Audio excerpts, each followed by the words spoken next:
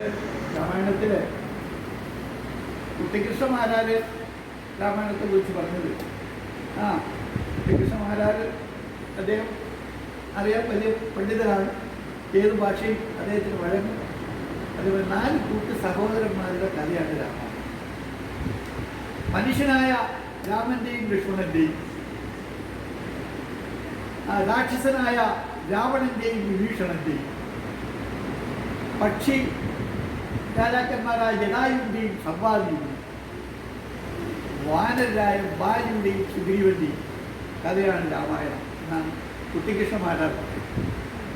അദ്ദേഹം പറയുന്ന രാമായണത്തെക്കുറിച്ച് വളരെ അദ്ദേഹത്തിൻ്റെ പുസ്തകം വായിച്ചാൽ തന്നെ രാമായണം വായിക്കുന്നതിന് തുല്യമാണ്. വളരെയധികം കഴിവുള്ള ഒരു മലയാള സാഹിത്യത്തിൻ്റെ വ്യക്തിയാണ് കുട്ടിക്കൃഷ്ണമാരാർ. അപ്പോൾ വാൽമീകിയുടെ രാമായണത്തിൽ നിന്നും കുറച്ച് മാറ്റം നമ്മുടെ ഈ എഴുത്തച്ഛൻ രാമായണത്തിൽ ഉമ്മ പരമേശ്വരനോട് പറയുന്നുണ്ട്, കാരുണ്യം എന്നെ കുറിച്ചുണ്ടെങ്കിൽ ശ്രീരാമദേവതത്വം പറഞ്ഞു വേണം എന്ന് ശ്രീരാമത്തിൽ പറയും. ശ്രീരാമന്റെ തത്വം പറയണം എന്നാണ് പറയുന്നത്. അത്രത്തോളം പ്രാധാന്യം ഒരു ഡൈവേർഷൻ ഉണ്ട്. ഒരു വാൽമീകി മഹർഷി കണ്ട ഒരു കൺസെപ്റ്റ് അല്ല അദ്ദേഹം രാമായണത്തെ പഠിക്കുന്നത്. ഇതിന് ഓരോ കഥാപാത്രങ്ങളെ എല്ലാം രാമനെ ഒരു ദൈവമായി, പരമാത്മാവായി, എല്ലാം അറിയുന്നവനായി സ്വീകരിക്കും. ഞാനിന്ന് പറയുന്ന രാമന്റെ മഹത്വത്തെക്കാരുടെ വലിയ ലക്ഷ്മണന്റെ മഹത്വം. ലക്ഷ്മണനെ ഒരു മകാനായി കാണാനാണ് ഞാൻ ആഗ്രഹിക്കുന്നത്. അതാണ് പറയാൻ ഉദ്ദേശിച്ച് വരുന്നത്. ചക്ഷുശ്രവണമഗ്രസ്തമാം ദുർദുരം ഭക്ഷണത്തിന് അപേക്ഷിക്കുന്നു. കാലാഹീന പരിഗ്രഹസ്ഥമാൻ ലോകം ആലോകചേതസാ ഭോഗങ്ങൾ തേടുന്നു.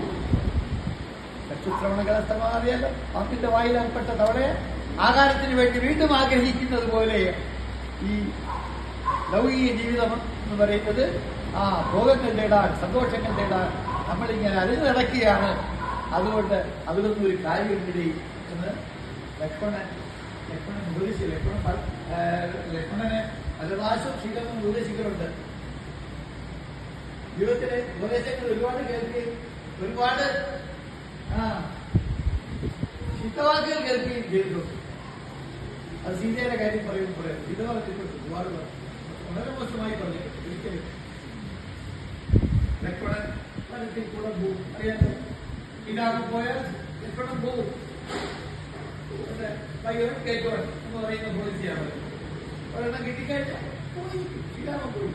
അപ്പൊ സീതയോട് പറഞ്ഞു, നീ കൊണ്ട് സീത രാജ്യം എനിക്ക് വസിഷ്ഠനാവെന്ന് പറഞ്ഞു. വസിഷ്ഠൻ വയ്ക്കുമെന്ന് പറഞ്ഞു. അതല്ലേ പോണുള്ളൂ. 14 വർഷം നീ വരിക്കും. അതിൽ നിന്നൊരു കാര്യം നമുക്ക് മനസ്സിലാക്കാം. അന്ന് നമ്മുടെ സ്ത്രീകൾക്ക് ഭാരതീയ സങ്കല്പത്തിൽ എത്രത്തോളം പ്രാധാന്യം ഉണ്ടായിരുന്നു. ധർമ്മനിഷ്ഠയുടെ പ്രതീകമായ വസിഷ്ഠതയിലാണ് എല്ലാ ധർമ്മ ആചാരങ്ങളും. അന്നത്തെ ധാർമ്മിക, ഇന്നത്തെ നമ്മുടെ നിയമം എന്ന് പറയുന്ന പോലെ അന്നത്തെ ധർമ്മ ലിഖിതം ഉണ്ടാക്കിയത് വസിഷ്ഠനാണ്. ആ വസിഷ്ഠൻ എന്ന് പറയുന്നു സീതയെ രാജ്ഞിയാക്കൂ, ഭരണാധികാരിയാക്കൂ എന്ന് പറയണമെങ്കിൽ അന്ന് സ്ത്രീകൾക്ക് നിലനിന്നിരുന്ന സാമൂഹ്യമായ മറ്റേതെങ്കിലും ഒരു വകുപ്പ്. ഇത് ത്രേതായുഗത്തിലാണ് രാമായണം എഴുതപ്പെട്ടത്. തന്നെ എത്ര വിമർശനങ്ങൾ കഴിഞ്ഞാലും ഒരു 1500-800 ഇടയ്ക്ക് വർഷങ്ങൾക്ക് മുമ്പാണ്. സത്യസന്ധമായി നമ്മുടെ രാമായണത്തിലേക്ക് ശാസ്ത്രീയമായ പറഞ്ഞാൽ 3500 വർഷത്തേക്ക്. അന്ന് അതിനു മുമ്പ് എന്താ ഉള്ളത്? വേദങ്ങളേ ഉള്ളൂ. വേദങ്ങളും പുരാണങ്ങളേ ഉള്ളൂ. ആ വേദങ്ങളും പുരാണങ്ങളും അന്നത്തെ ഒരു യൂണിവേഴ്സിറ്റി അവിടെ വെച്ചാണ് എഴുതിയത്. നൈമിഷികാരണ്യം എന്ന് പറഞ്ഞത് അന്നത്തെ ഓൾഡസ്റ്റ് യൂണിവേഴ്സിറ്റി, നമ്മൾ ഇന്നത്തെ ഭാഷയിൽ പറഞ്ഞത് അന്നത്തെ സർവകലാശാല, അവിടെ വെച്ചാണ് എഴുതിയത്. പക്ഷേ രാമായണം എഴുതി എവിടെ വെച്ചാ? തമസ്സാ നദിയുടെ കരയിൽ വെച്ചാണ് എഴുതിയത്. ഇതാണ് രാമായണത്തിന് ഒരു പ്രാധാന്യം. തമസ്സാ നദിയുടെ തീരത്ത് വെച്ച രാമായണം. ആ രാമായണത്തിലെ അയോധ്യയിലേക്ക് പോകുമെന്ന് പറഞ്ഞ രാമനെ ആരും ഉപദേശിക്കും, എല്ലാവരും ഉപദേശിക്കും, വേണ്ട. പക്ഷേ ഈ ലക്ഷ്മണൻ വയലെന്താണ് ലക്ഷ്മണന് വളരെ ഉപദേശം കൊടുത്ത് ശാന്തനാക്കി. ലക്ഷ്മണനെ സംബന്ധിച്ചിടത്തോളം പറയുകയാണെങ്കിൽ ലക്ഷ്മണൻ അറിയപ്പെടുന്നത് സുമിത്രാനന്ദവർദ്ധനൻ, സൗമിത്രേ, അമ്മയ്ക്ക് ആനന്ദം വരുത്തുന്നവൻ, അമ്മയുടെ പേരോട് ചേർത്തറിയപ്പെടുന്നവൻ. എത്ര മക്കൾ അമ്മയുടെ പേര് ചേർത്തറിയപ്പെടും? അതാണ് അമ്മയോട് ചേർത്ത് അമ്മയെ അനുസരിക്കുന്ന. അച്ഛനോടൊന്നും പറയണില്ല, എനിക്ക് കുഴപ്പമാവും. അറിയാലോ, ദശരഥന്റെ സ്വഭാവം അറിയാലോ. അത് കുഴപ്പം. അത് അമ്മയോട് അനുസരിക്കുന്ന, അമ്മയെ അനുസരിക്കുന്ന മകൻ ആണ് എന്ന് പറഞ്ഞു. അമ്മയെ അനുസരിക്കുന്ന മകനാണെന്ന് പറഞ്ഞു. അപ്പോൾ അതിനോടനുബന്ധിച്ച് ഒരു കഥ പറയേണ്ടി വരും. കാളിദാസന്റെ രാജസദസ്സിലെ ഒരു കവിയാണ് വരുചി. നവരത്നങ്ങൾ എന്നൊരു കവികളുണ്ട്. ഒരു വരുചി ഒരു കവിയാണ്. ഒരു ദിവസം കാളിദാസൻ വിക്രമാദിത്യന്റെ രാജസദസ്സിലെ നവരത്നങ്ങളിൽ ഒരാളാണ്. അതിലൊരാളാണ് കാളിദാസൻ. നവരത്നങ്ങളിൽ ഒരാളാണ് വരുചി. വരുചിയോട് പറഞ്ഞു, രാമായണത്തിൽ ഏറ്റവും മഹത്തരമായ വരികൾ. എല്ലാ വരികളും രാമായണത്തിൽ മഹത്തരമാണ്. രാമായണത്തിന്റെ പ്രത്യേകത എല്ലാ വരികൾക്കും പ്രാധാന്യമുണ്ടെന്നാണ്. എല്ലാ വരികളും ദുഃഖമയവുമാണ്. 92 വരികളായിട്ട് കൊടുക്കുന്ന പറയുന്നത്. 24,092 ശ്ലോകങ്ങൾ മാത്രമേ സന്തോഷപ്രദമായിട്ടുള്ളൂ എന്നാണ് പറഞ്ഞത്. ബാക്കിയെല്ലാം ദുഃഖമയമാണ്.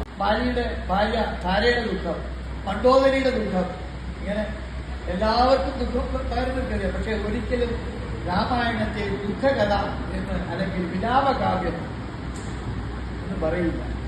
രാമായണത്തെ മഹത്തരമായ ഒരു ക്ലാസിക് കൃതിയായിട്ടാണ് പറയുന്നത്. അത് രാമായണത്തിന് മാത്രം ഒരു പ്രത്യേകത. എല്ലാ കാര്യങ്ങളും ദുഃഖമല്ലേ പറയുന്നത്, പറയില്ല. അപ്പൊ കഥയിൽ കൊണ്ടുപോയി വരുചി കണ്ടുപിടിച്ചിട്ട് വരാം. നിങ്ങൾ കണ്ടുപിടിച്ചിട്ട് വരിക. ഏറ്റവും നല്ല വരി ഏതാണ്? വരുചി നാടുമുഴുക്കാണ്. 51 ദിവസം പറഞ്ഞ ഇതിലേക്ക് തിരിച്ചു വരത്താന്ന് പറഞ്ഞു. ഈ നാടുമുഴുക്കാരൻ അദ്ദേഹം മറ്റാട്ടിലെത്തി ഒരു മരത്ത് ചോട്ടിൽ കിടന്ന് ഉറങ്ങിയപ്പോൾ ചെയ്തു വരുചി ഒരു രക്ഷയില്ല. ഇത്തരം അപ്പൊ അവിടെ ഒരു വനദേവതമാര് സംസാരിക്കുന്നത് അങ്ങനെ സംസാരിക്കുകയാണ്. നിങ്ങൾ എവിടെ പോയിട്ട് വന്നു? അത് ഞങ്ങൾ അവിടെ ഒരു പ്രസവത്തിന് പോയിട്ട് വരാണ്. ആരുടെ പ്രസവമാണ്? അതൊരു പറയുടെ പ്രസവമാണ്. പറയുടെ പ്രസവമാണ്. ശരി, കൗതുകത്തിന് ആരൊരു വനദേവത ചോദിച്ചു, ഞങ്ങളോ പെണ്ണോ? പെണ്ണ. ആ പെണ്ണ് വളർന്നു വരുമ്പോൾ എന്താവും? സുന്ദരിയായി മാറും. അതിനാര് കല്യാണം കഴിക്കുന്നു പറയാമോ? അപ്പോൾ വേറെ വനദേവത ഒരു മാ വിധി എന്ന് അറിഞ്ഞൂടാ താഴെ കിടന്ന് തുടങ്ങുന്ന വരുചി കല്യാണം കഴിക്കും. ഇത് കേട്ടോട്ട് കിടക്കേണ്ടി വരും. ചാടി കഴിച്ചു. വരുചിന്റെ കാര്യം പിടികിട്ടി. വരുചിക്ക് കാര്യം പിടികിട്ടി. ഇതെന്താണ്? രാമായണത്തിന്റെ അർത്ഥം. വരുചി നേരെ തിരിച്ച് ആരുടെ പോയി? വിക്രമാദിത്യന്റെ രാജസദസ്സിലേക്ക് പോയി. അപ്പൊ വിക്രമാദിത്യന്റെ രാജസദസ്സിൽ പറയാലോ എന്താണ് സംഭവിച്ചത്? വിക്രമാദിത്യന്റെ അമ്പിച്ചി എന്ന് പറയുന്ന ഒരു കണ്ടർ ഓടി. ശരി, എനിക്കറിയാം, ഞാൻ കണ്ടുപിടിച്ചു എങ്കിൽ പറയൂ. അപ്പോഴാ ഇദ്ദേഹം പറഞ്ഞു, മഹാഭാരതത്തിലെ ഏറ്റവും ശ്രേഷ്ഠമായ വരിയെന്ന് പലരും പറയുന്ന രാമം ദശരഥം വിധി മാം വിത്തി ജനകാത്മജം അയോധ്യ മടവി വിധി യഥാസുഖം എന്ന് സുമിത്ര തന്റെ മകനോട് ലക്ഷ്മണനോട് കൂടി പറയുന്നു. എന്താണ് പറയുന്നത്? ദശരഥനെ പോലെ കരുതണം. രാമനെ അല്ലെ, രാമനെ ഈ കാറ്റിപ്പോടുള്ള രാമനെ ദശരഥനായി കരുതണം. ജാനകിയെ എന്നെ പോലെ കരുതണം, അമ്മയെ പോലെ കരുതണം. അയോധ്യ അടവിയെ അയോധ്യയായി കരുതണം. മകനെ ദാദാ നീ സുഖം പോയിട്ട് വരണം. അല്ലാതെ കാട്ടിൽ പോവല്ലേ എന്ന് പറഞ്ഞ് നിർത്തിയിട്ട് പിടിച്ചില്ല. അതാണ് സൗമിത്രയുടെ ഗുണം. അമ്മയെ എങ്ങനെ അനുസരിക്കണമെന്നൊരു മകൻ. ലക്ഷ്മണൻ നിഴൽ പോലെ പിന്തുടരും രാമനെ. അവിടെ ലക്ഷ്മണൻ പുറകെ പോകും. ഇവരെല്ലാം മുമ്പെയാണ് സീതയുള്ളത്. സീത മുമ്പേയാണ്. സീത മുമ്പേ പോകും. അതിന് കാരണം സീതയെ ഉപദേശിച്ചു ജനകൻ. കല്യാണം സീതയുടെ പിതാവ് വിവാഹം കഴിച്ചു പോകുമ്പോൾ ഉപദേശിച്ചു, നീ ഒരു ഭർത്താവിനെ എങ്ങനെ സംരക്ഷിക്കും? അത് സാധാരണ രാമനെ മാത്രം അനുസരിക്കുന്ന ഒരു പെണ്ണെന്നല്ലോ കാര്യങ്ങളൊക്കെ പറയാൻ അറിയാമെന്നുള്ളൊരു സ്ത്രീയാണ്, അല്ലാതെ ജിതി പറയാതെ. അപ്പം നല്ല പറഞ്ഞു എങ്ങനെ ഭർത്താവിനെ അനുസരിക്കണം എന്ന് എനിക്ക് എൻ്റെ അച്ഛൻ പറഞ്ഞു. ജനകന്റെ മകളാണ് ജാനകി എന്നാണ് അറിയപ്പെടുന്നത്. ജാനകി ഒരു അച്ഛൻ എങ്ങനെ പെൺമക്കളെ സംരക്ഷിക്കണം എന്ന് ഉള്ളതിന് മികച്ച ഉദാഹരണമാണ് ജനകൻ. ജനകൻ മകൾക്ക് കൊടുത്ത ഉപദേശം ഭർത്താവിനെ നിഴൽ പോലെ പിന്തുടരാനല്ല, ഈ മുമ്പേ പോകണം.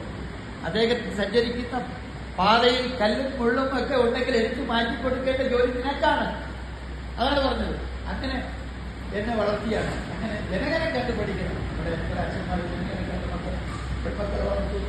നമ്മൾ പിന്നെ ചിന്തിച്ചോളണം, മക്കളെ വളർത്തേണ്ടത് ജനകനെ കണ്ടു പഠിക്കണം എന്നാണ്. അദ്ദേഹം ദശരഥനെ കണ്ടു പഠിക്കണമെന്ന് ആരും പറഞ്ഞിട്ടില്ല. അത് വേറെ കാര്യം.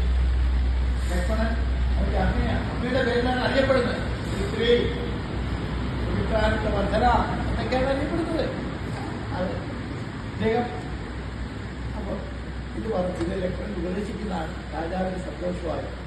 അദ്ദേഹവും ഈ ശ്ലോകത്തിന്റെ അർത്ഥമൊക്കെ വ്യാഖ്യാനിച്ചു നമുക്കറിയാം. അത് അങ്ങനെ ഈ ലക്ഷ്മണൻ കാട്ടിൽ വന്നു. കാട്ടിൽ വന്നതിന് ശേഷം ലക്ഷ്മണനെ വെച്ചൊരു എല്ലാ കാര്യങ്ങൾക്കും കൂടെ മറ്റു കഥകളൊന്നും പറയുന്നില്ല. മാരീചൻ മായയായിട്ടാണ് അന്ന് രാമനെ അന്ന് സീത നിർബന്ധമാണ്. രാമൻ പ്രവേശിക്കുന്നു. വേണ്ട, ആവശ്യമില്ലാത്ത കാര്യമാണ്. എന്നിട്ട് സീത പറഞ്ഞാൽ കേൾക്കില്ല. സീത പറഞ്ഞു ഒരു പെണ്ണിന്റെ സഹജമായ സ്വഭാവം. അപ്പൊ പറഞ്ഞു കേൾക്ക ഭാര്യയെ പറയുന്നത് കേൾക്കാതിരിക്കും. പോയി താമം പോയപ്പോൾ ഭാര്യയെ നമ്മളുണ്ടപ്പോൾ വിളിച്ചാൽ അറിയാതെ താമന്റെ സ്ഥലത്തേക്ക് വിളിച്ചു. താമന്റെ സ്ഥലത്ത് വിളിച്ചു. അപ്പോൾ പഠിക്കാതെ പറഞ്ഞിട്ടാണ് മായയാണ്, പോകേണ്ട കാര്യമില്ല. അപ്പോഴാണ് സീതയുടെ യഥാർത്ഥ രൂപം ലക്ഷ്മണൻ കാണുന്നത്. സീതയെ മാതാവിനെ പോലെ ജാനകി മാതാവെന്നാണ് അറിയപ്പെടുന്നത്. എന്റെ അമ്മ പറഞ്ഞ് വളർത്തിവിട്ടതിന്റെ ഗുണമാണ്. അമ്മ വളർത്തിവിട്ടു ലക്ഷ്മണനെ.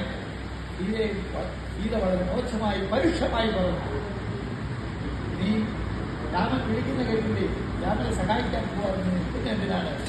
അതാണ് എനിക്ക് ഈ ജന്മത്തെല്ലാം ഒരു കിട്ടത്തില്ല എന്നാണ്. സീതയെ പോലെ ഒരു ഭാര്യയെ കിട്ടും. ശ്രീരാമചന്ദ്രൻ പറഞ്ഞ കാര്യങ്ങൾക്ക് ശ്രീരാമചന്ദ്രൻ്റെതായ വർഷം അത് ശ്രീരാമചന്ദ്രന് മാത്രമായിട്ട് നമ്മൾ ചർച്ച ചെയ്യണം. എന്നാൽ മാത്രമേ അത് പൂർണ്ണമാവൂ. ശ്രീരാമചന്ദ്രൻ പറഞ്ഞു, എനിക്ക് ലക്ഷ്മണനെ പോലൊരു സഹോദരനെ കിട്ടത്തില്ല, എനിക്ക് സീതയെ പോലൊരു ഭാര്യയെ വേണ്ടിയിട്ട്. പക്ഷേ ഇദ്ദേഹം പറഞ്ഞാൽ സ്വാമി വിവേകാനന്ദ പഠിച്ചിട്ട് പറഞ്ഞു എല്ലാ മഹാന്മാരും വേണ്ടി സീതയാണ് ലോകത്തെ ഏറ്റവും മഹത്തരമായ സ്ത്രീ. മഹത്തരമായ സ്ത്രീയാണ്. തന്റെ പാതിവൃത്യം അഗ്നിയെ കൂടി തെളിയിച്ചൊരു സ്ത്രീയല്ലേ. ഇതിനെപ്പുറത്ത് വേണം മറ്റുള്ളവരുടെ വാക്ക് കേൾക്കാൻ കാര്യമില്ല. രാജധർമ്മം പറഞ്ഞിട്ട് കാര്യമില്ല. ഒരു സ്ത്രീയെ സംബന്ധിച്ചിടത്തോളം അഭിമാനമാണ് പ്രശ്നം. അതാണ് കാര്യം. അഭിമാനത്തിന്റെ പ്രശ്നമാണ്. അപ്പൊ അത് ചിന്തിക്കുന്നു. ഇതുപോലെ തന്നെ ശ്രീരാമത്തെ കുട്ടിക്കുന്ന സന്ദർഭങ്ങളുണ്ട്.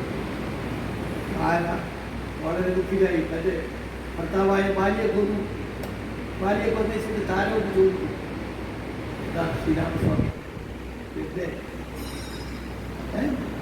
എന്റെ ഭർത്താവിനെ അത് ഒളിഞ്ഞിരിച്ചു പോയി. കൃത്യമായ ഉത്തരം ശ്രീരാമൻ പറഞ്ഞില്ല എന്നാണ് ഇതിനകത്തുള്ള ചരിത്രകാരന്മാർ പറയുന്നത്. വാൽമീകിക്ക് അഭിപ്രായമുണ്ടെന്ന് അത് കർമ്മത്തിന്റെയും ധർമ്മത്തിന്റെയും നടത്തിപ്പിന് വേണ്ടി ഞാൻ ചെയ്തുകൊണ്ടാണ്. മറ്റുള്ളവർ പറയുന്നത് അത് സുഹൃത്ത് ബന്ധത്തിന്റെ, നമ്മൾ സുഹൃത്തുക്കളെ ബന്ധം ഉണ്ടായിരുന്നെങ്കിലും ആ സുഹൃത്ത് ബന്ധത്തിന് വേണ്ടി മാത്രമാണ്. അത് ഗുരുപരമായ ഒരു സൗഹൃദം സ്ഥാപിച്ചു കഴിഞ്ഞല്ലോ. ആ സൗഹൃദത്തിന്റെ അടിസ്ഥാനത്തിലാണ്. അതായത് താരയുടെ മുമ്പിൽ ചെറുതായി ശ്രീരാമൻ ഉത്തരം മുട്ടിയെന്ന് പല വിമർശകന്മാരും പറയുന്നുണ്ട് എന്നുള്ളത് സത്യമാണ്. അതായത് അന്നത്തെ ഭാരതീയ സങ്കല്പത്തില് സ്ത്രീകൾക്കും അതുപോലെ തന്നെ വലിയ പ്രാധാന്യം, ഇന്നത്തെ സംസാരിക്കാനുള്ള പ്രാധാന്യമൊക്കെ ഉണ്ടായിരുന്നതാണ്. അങ്ങനെ മഹത്തായ ഒരു സംസ്കൃതിയുടെ ഭാഗമാണ് നമ്മുടെ രാമായണവും മഹാഭാരതവും. വേറെ സ്റ്റേറ്റിലേക്ക് കടന്നുപോയ സമയത്ത് 10 മിനിറ്റ് ഉണ്ട്. 10 മിനിറ്റ് ഉണ്ട്. കടന്നു പോയാൽ ഇനി കുറച്ചുകൂടി